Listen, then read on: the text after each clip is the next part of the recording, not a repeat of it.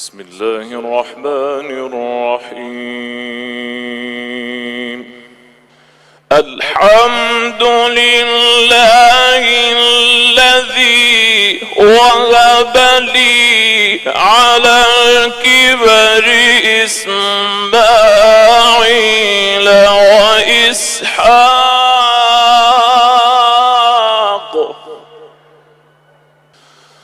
إن ربي لسميع الدعاء رب اجعلني مقيم الصلاة ومن ذريتي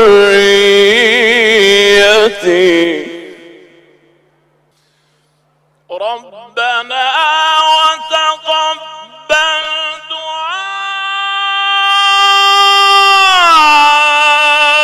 ربنا اغفر لي ولوالدي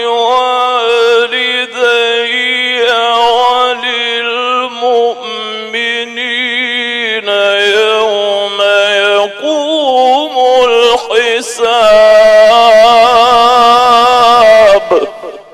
صدق الله العلي العظيم.